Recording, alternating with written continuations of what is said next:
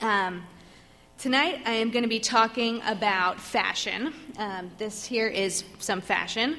And specifically, I'd like to tell you about a project that I did last fall, a little fashion experiment of sorts. And a little background, in the past year, I've lost my last two grandparents. And so I've been thinking a lot about what the loss of that generation means and the things I wish I'd learned from them. And this project is about my maternal grandmother, Yvette Toohey. Just to note, she's actually not one of the grandparents who passed away in this last year. She died when I was 16 after a decade-long decline from frontal lobe dementia. And I've been thinking a lot about her fashion sense. I don't have a lot of memories of the way she dressed, but I've always known she was a fabulous fashionista from family stories and old pictures like this one. And her style was often flashy. She loved bright colors and prints and polyester fabrics. And I live in New York City now, which has many, many fashionable people, but they can often blend together and become sort of a sea of blacks and grays. And lately, especially in the colder months of the year, I've begun to blend in, which is sometimes a good thing and sometimes a bad thing. So to switch things up a bit, I decided to, that's me blending in, I decided to recreate some of my grandmother's looks and outfits from different decades and wear them around the city for a week and write an article about what I learned from the experience. So first I did some research. I got on the phone with my mom and her sisters and asked about their mother's relationship to clothing and fashion. And one of the things my mom told me was how my grandma used to just take everything out of her closet and throw it all on the bed so she could try everything on and coordinate all these different outfits. So I used that methodology as I began my experiment. And this photo of her is taken in the late 1940s when she was 16 or 17 and living in Arbuckle, California, where her family worked on a sheep farm. And it's hard to make out the exact details of her outfit, but it seems pretty consistent with the modest A-line dresses that would have been popular at the time. So I found something similar at a thrift store. Okay, so the second photo. I have to admit, I have no idea what's happening in this picture. It's 1950, and my grandma and grandpa and another couple are participating in some kind of chin trimming ritual. But I love the jaunty little neckerchiefs and checkered shirts that the women are wearing. So I decided to replicate that, and you can tell I'm feeling very fancy about it. And it's just a nice way to add a pop of color to my sometimes otherwise drab outfit. So the next photo that's going to come up is of her in 1958. She's 27 here, and she had 3 kids by the time she was 24. And so here she is celebrating the first communion of her oldest, my Aunt Carol, with her mother. And I thought she's so cute in her little fitted skirt suit. And I actually have a jacket that belonged to her. So I wore that with a straight skirt and some shoes that my little sister, who's a creative genius, actually made for me.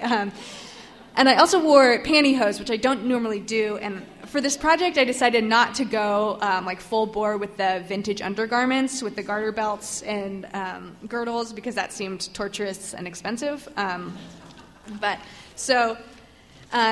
This is the mid-1960s, and she's rocking a full bouffant hairdo. I don't really have much hair, so I couldn't really pull that off, but I found a fur pillbox hat to give the top of my head a little height and pizzazz.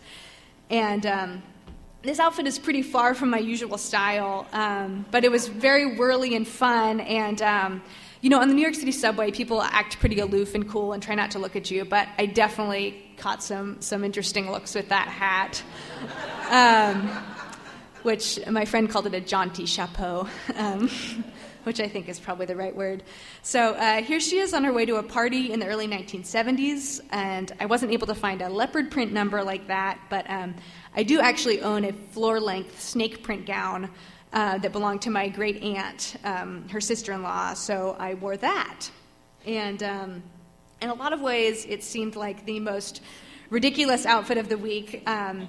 I'm pretty short, and this dress is too long for me, so I was holding it up and tripping over it all day, going up and down staircases. So that was really cute. But I have to say that it did feel sort of subversive and strange to wear something that was so billowy and odd, and I just felt kind of like a ship with a sail. And so without question, the polka dot jumpsuit is my favorite garment in this whole project. It's 100% polyester, it has a halter top and bell bottoms, and I actually own this original piece of hers.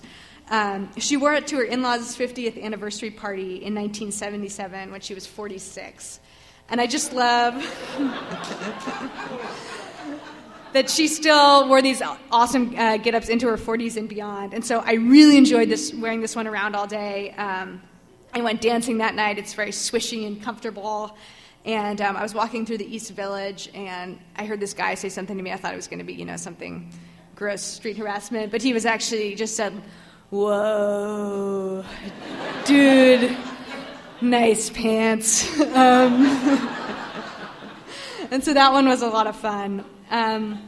So overall, what did I learn from dressing up like my grandmother for a week? I loved hearing about how she put together these fabulous looks on a shoestring budget.